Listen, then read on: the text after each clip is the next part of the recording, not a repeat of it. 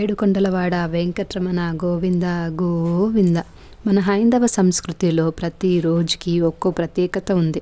వారంలో ఒక్కో రోజున ఒక్కో దేవుడికి కేటాయించారు.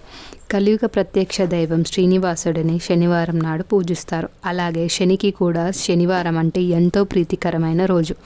కనుక ఈ శనివారం రోజు శ్రీనివాసుడిని పూజించి మీకు ఎంత పెద్ద కష్టమున్నా ఎంత పెద్ద కోరికైనా కానీ ఆయనకు చెప్పుకొని ఈ వ్రతం ఆచరిస్తే తప్పకుండా నెరవేరుతుంది అనేది నమ్మకం. నేను కూడా నమ్మి నేను కూడా ఈ వ్రతాన్ని స్టార్ట్ చేశానండి.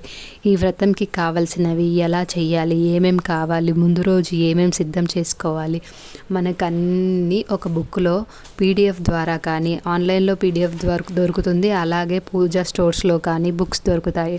మనం చదువుకొని ఈజీగా వ్రతం చేసుకోవచ్చు. దీనికి ఎంతో పెద్ద కష్టపడాల్సిన అవసరం కూడా లేదు, ఎంతో పెద్ద ఖర్చు కూడా అవసరం లేదు.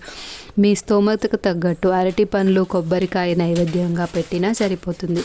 కాబట్టి ఈ కలియుగంలో మీకు ఎంత పెద్ద కష్టం ఉన్నా నెరవేర్చుకోవడానికి ఈ సప్త శనివారాల వ్రతం ఆచరించండి. Thank you. బాయ్.